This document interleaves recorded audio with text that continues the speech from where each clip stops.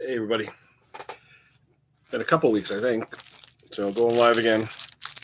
Excuse me for 1 second. One of my guilty pleasures, devil dogs. Hey, there's Craig. What do you think of that cover, Craig? Don't you like that thing? Beautiful. Love them. Guy just came to pick it up about 20 minutes ago. His kids beat the hell out of the stuff in back of the truck. It nails them, and they hold the rocker arms open. Hi, James. Hey, I tell you, what's with Maddie now? 4-hour streams? Holy crap. I can't compete with that. I don't think I'll ever do a 4-hour stream. I don't have enough air in me. For someone who said he didn't have a lot of work to do, Maddie's got more work than any of us. I'll tell you. Unbelievable. But, oh, yeah, it's nice and thick. The only thing you got to do is you got to get, I think they're M6 screws. They may be M5s, but you got to get them like maybe a 1/4 inch longer so they'll go in. But it worked, you know. Hey, there's Lucky. What's going on? I see Twisted's on, Lucky. I just wanted to come on with a quick one for me, but I know the Small Engine Nation's on too with Twisted over there, so I'll probably go over there later. They'll probably be on for a while. But anyway, yeah, I wanted to show that thing with the Honda, with the rocker cover, because a lot of people come to me and say the Hondas won't start, especially those smaller GCV engines. And a lot of times it's because the rocker cover gets smashed and it holds the rocker arm open slightly and you get no compression, it won't start. So it's a quick fix and it's under $6, and then you got to pay for shipping. Order 3 or 4 of them, it'll probably be under $20 with shipping. So it's a pretty good deal. I think I got mine from E-Replacement Parts. I put the link in the video.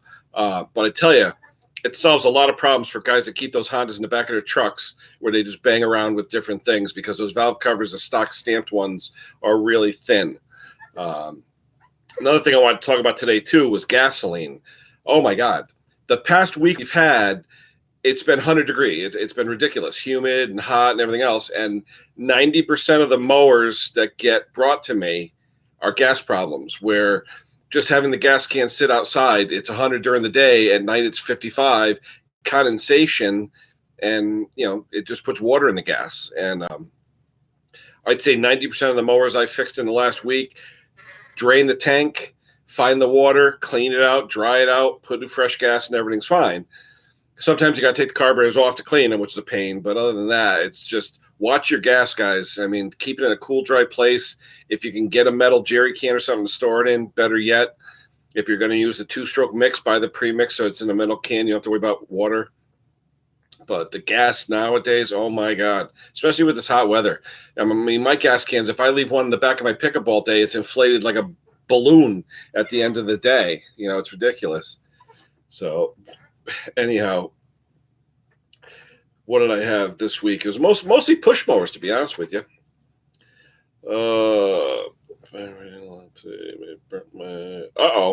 Is that the eBay saw, Craig? The 575, or there was a 576? Air horn. Really? The whole air horn full? No kidding.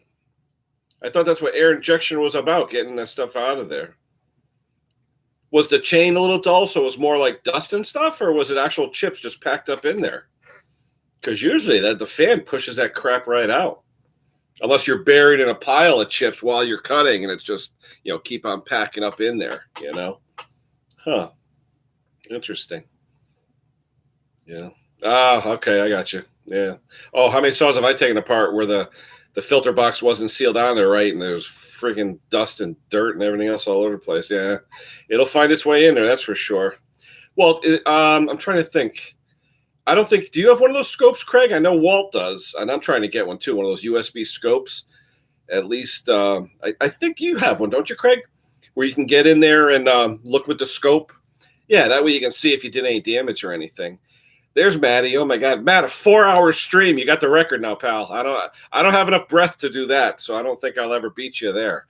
That was I left to help a guy out with an engine. I came back. You're still online, so that was something. But you got a lot done. I must admit, you got a lot done.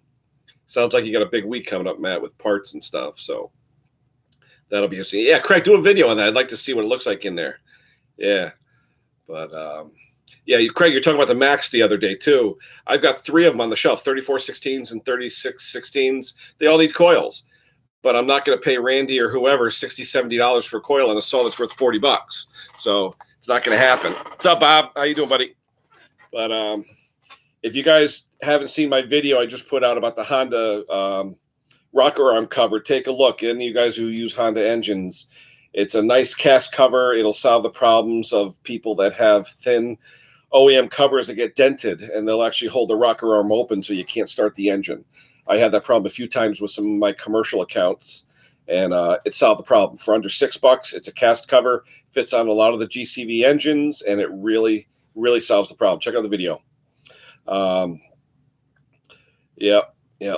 And let's see. Any more videos tonight, Matt? I know it's getting late. 4 hours. That was almost 4 hours, I think. It's pretty long. I think I chimed in around 9:30, almost 10, and it was like 1 o'clock and you're still on. So that's interesting. But like I said, you got a lot done. So that's good. But anything sell yet, Matt? I know you said you might have a couple, or you were doing some bartering or something to get maybe some smaller 372s or something. So Roy, welcome. Haven't seen you. Welcome. Just talking about general stuff, the weekend, mostly push mowers this week. Gas. Everyone had gas problems. It was so hot this week that most of my customers that were on their last, quart or so of gas, the heat got to it, condensate, whatever, water, all water problems. Every mower I got this week, the exception of 1 or 2, was water in the gas. And what a pain in the butt. Hey, Jess. That's okay. Good seeing you anyway, Jess. But yeah, just I don't know. I have a couple of metal jerry cans I keep gas in, but it was just too darn hot. I mean, you try and keep it in the back of your truck. I have a cap on the back of my truck, but even if I open up the windows, it gets like a sauna in there, and that gas can will blow up like a blowfish. And it goes from hot to cold. The morning you come by in the morning, it's all sucked in because of the colder temperature, and with the fumes and all, and it'll just condensate. The heat, cold, and it's a real pain. So check your gas. Like I always tell people, if you're not going to use the gas for, say, a month, get rid of it, put it in the car, truck, or whatever. But, buy enough gas that you only need for about a month, because after a month, especially with this heat, it's going to turn to water. The tank I had today on a Briggs engine, 1/3 of the gas in this guy's tank was water. You pour it out and it's all cloudy and it settles out. It's disgusting. Oh yeah, it's ridiculous. I had a Husky 372 XP come in last year, actually during the summer month, said he couldn't start it. Literally, I don't know how, I've never seen this before. Half the tank was pure water, half of it. I don't know how that happened, phase separation, but still half the tank. So I think people, they're not running the last of their gas out in their can. They're keeping a little bit on the bottom. I'm at the gas station, might as well fill it up. And they keep doing that. And over time, that water just fills up, That's why I see, if you look at a lot of the mowers nowadays, the gas tube going to the carburetor is actually in a little well in the bottom of the tank where it shouldn't be there. That little well should be there to collect the water, and the tube should be an inch above it or a half inch above it. I don't know why, people put the little pickups right in the very bottom. Water's denser than gas. It's going to fall to the bottom and you're going to suck water. But that's beside me,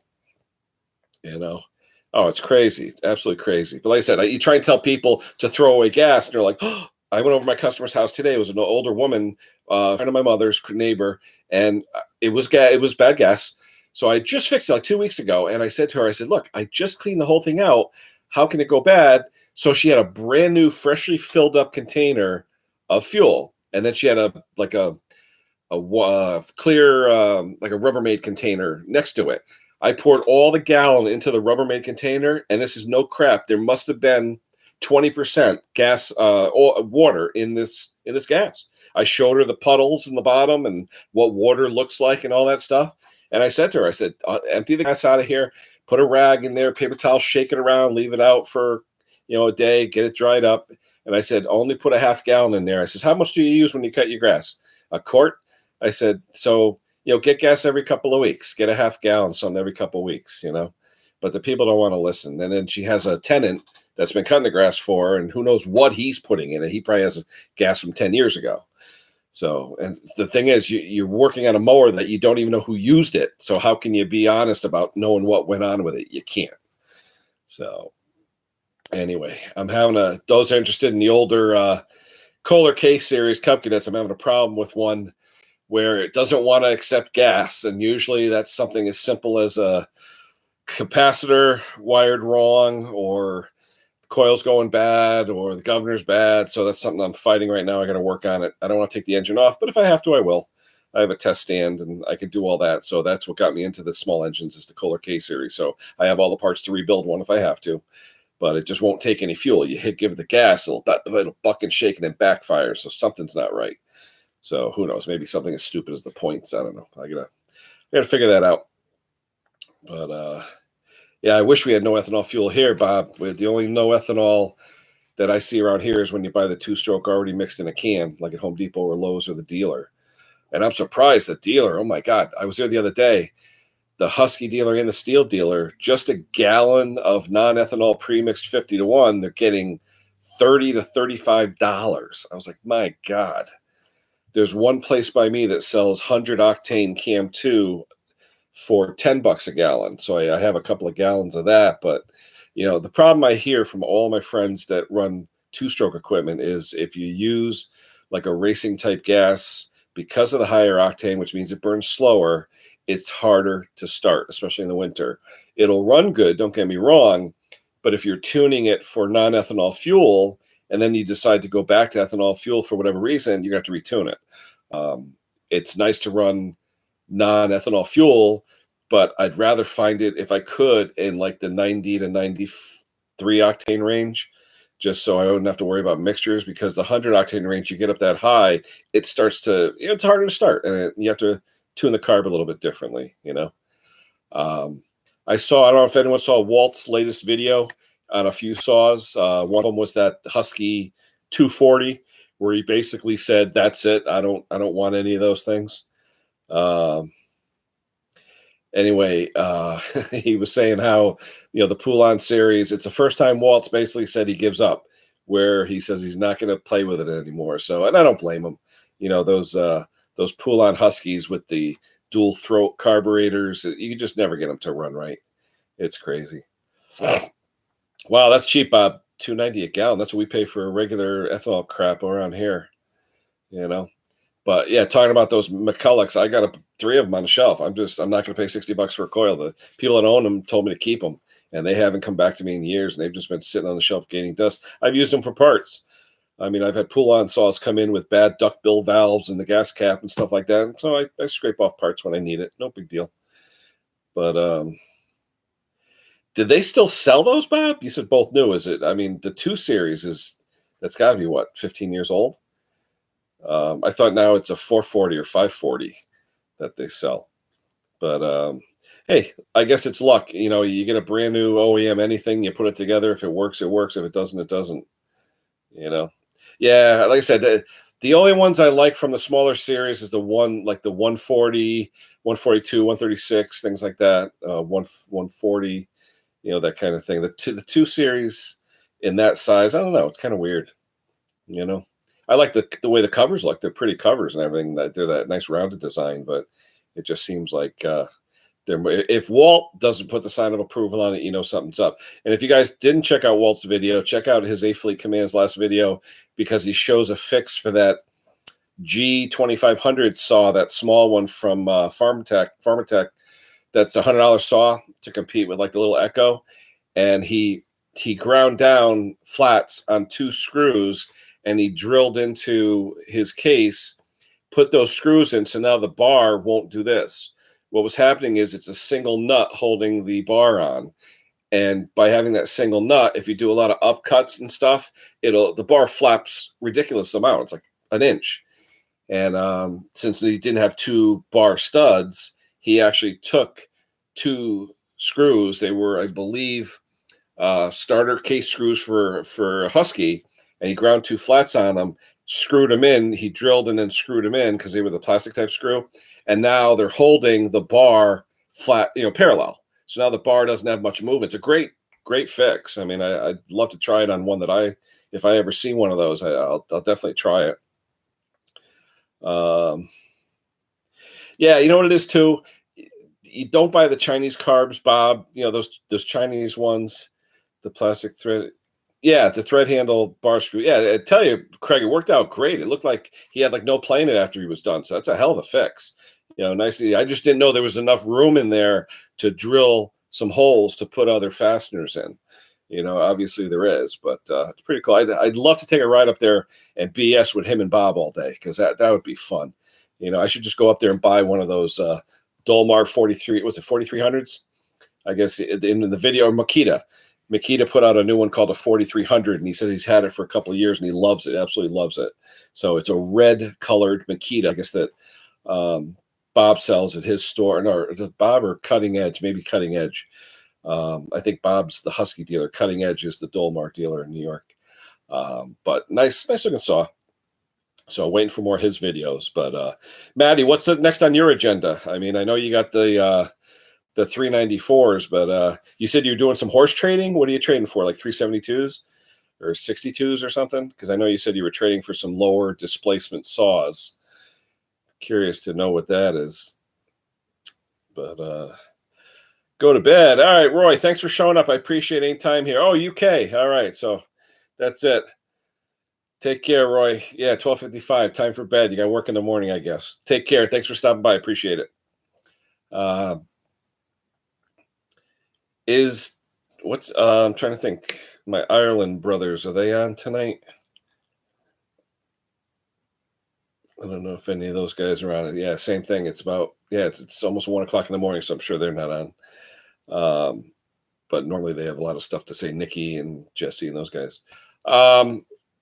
Yeah, I just wanted to get on, say hi to everybody. It's been a while. It's just this hot weather. I'm not a heat person, and a lot of the work I do, I'm actually doing it out in my driveway.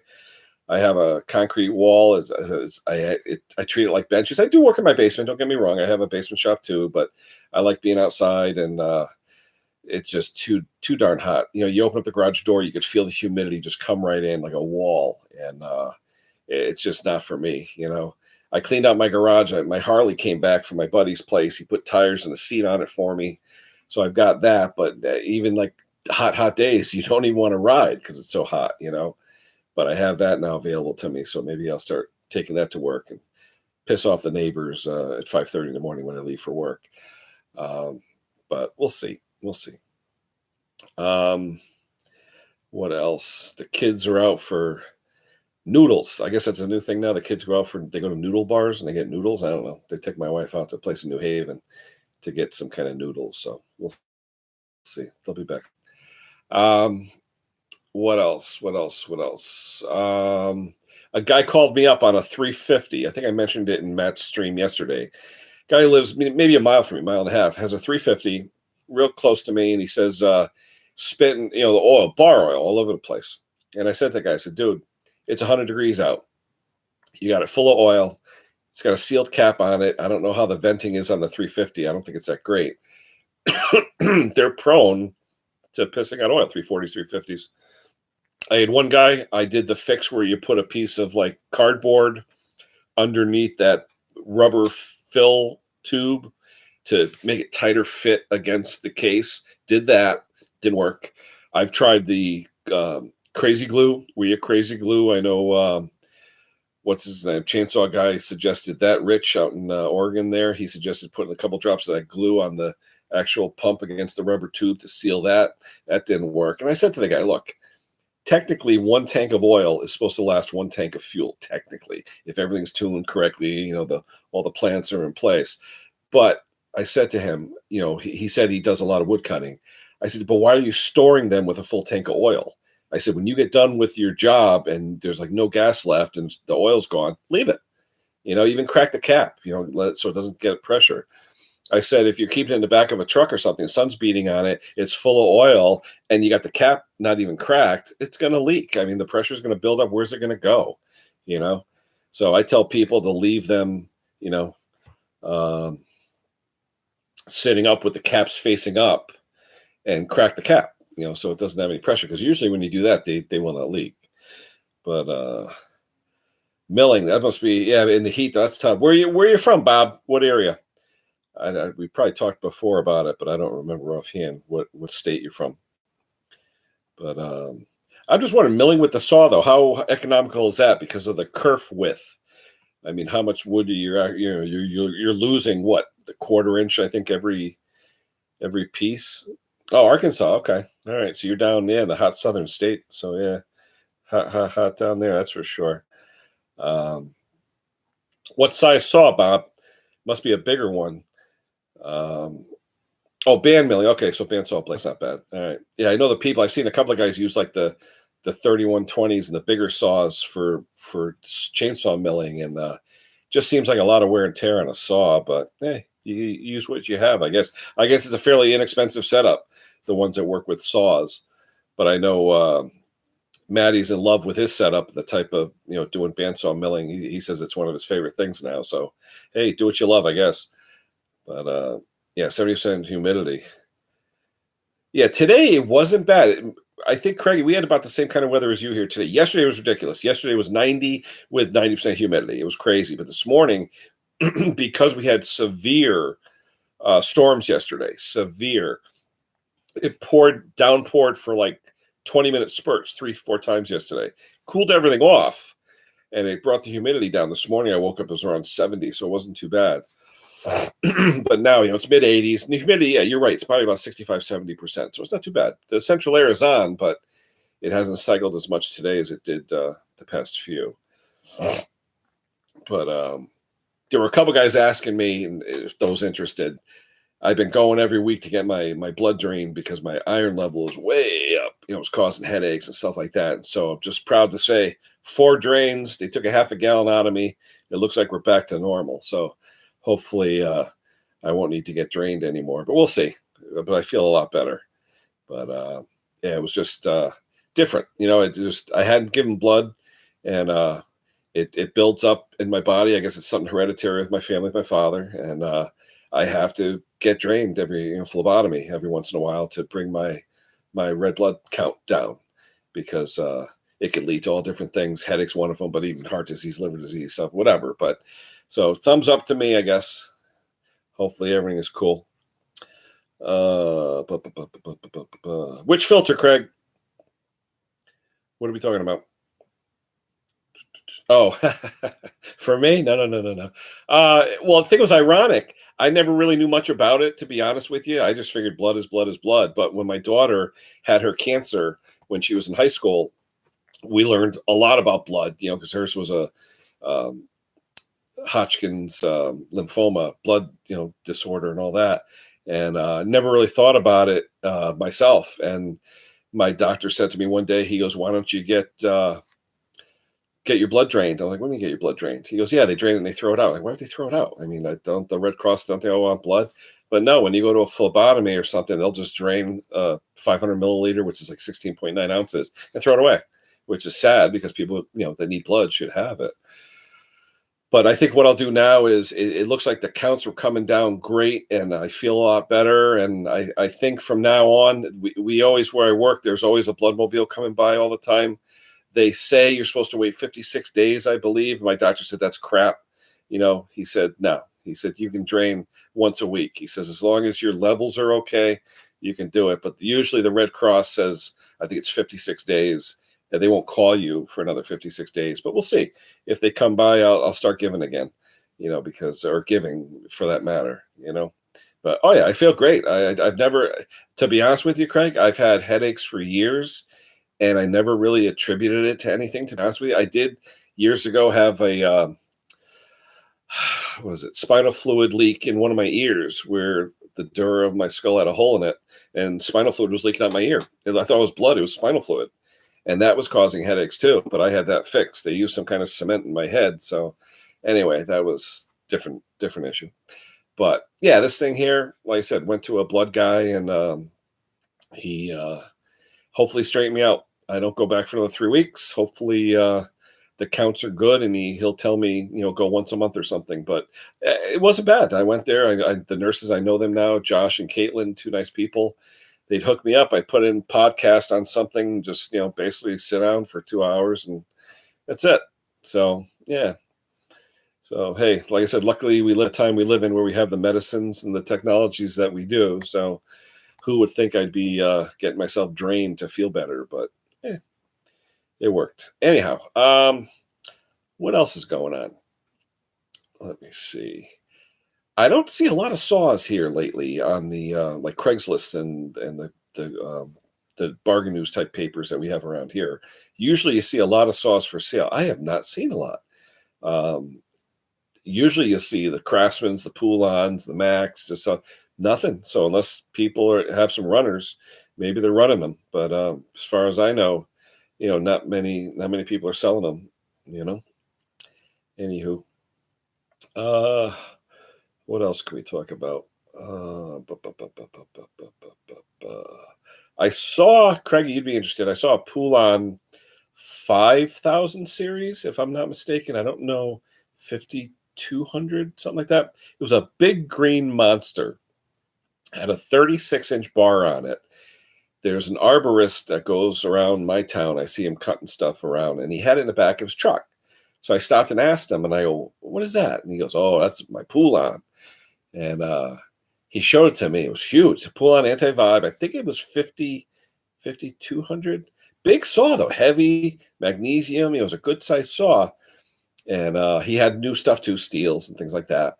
And I just said to him, I said, if you ever want to sell it, that's my baby, and it was a beautiful saw. He had a Forester brand bar on it. Was the bar 36? He said he uses it for larger jobs, and I was like, wow, because he said he couldn't afford the very expensive steels, the 660s and the bigger ones. So he used the old Poulon for big jobs. So I was amazed.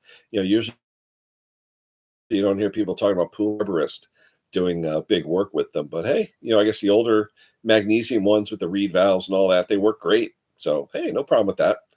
I don't have a problem with it. In fact, even with the Max, my buddy let me have a Pro Max 610 to tune up for him and try it. And the only thing I didn't like about it was too heavy. I mean, the thing, oh my God, 30 pounds, I think, or something. It was ridiculous. Pro Max 610. Great saw, but damn, was it heavy. My arm would wear out if I had to work that all day. So all right, if nobody has anything else, there's only a few of us on here. I think I'll call it quits for today. Hopefully get some more jobs coming in and on the covers. I'm going to order some, actually. Craig, you said you might order some. Yeah, for $5.50 a piece, replacement parts, I'll buy another 3 or 4 of them because he banged up a few. He bought these 3-in-1 Honda convertible mowers. He loves them. You can get them used for $150. He bought 3 of them, but they have the stamped cover, so he wants to replace them. So I'm going to do that for him this week.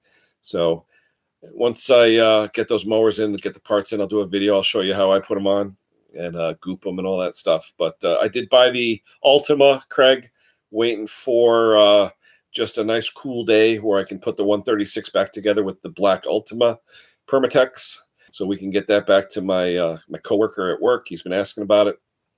I've got a 142 that really just needs fuel lines. It runs pretty good. I'm going to do a vac check on it to see if that's okay. But other than that, I'm approaching the half-hour mark, so I think I'm going to call it a night. Everybody have a rest of the weekend, whatever's left. James, you take care of yourself. Hopefully all is well with you. Maddie, everybody else, just take care. Thanks for chiming in. Hopefully we'll get some more good content on maybe some good tips for you guys in the next coming week. So everybody take care of yourself. Thanks for chiming in. Appreciate all you. Absolutely, Craig. Everybody stay safe out there, and we'll talk to you soon. Thanks.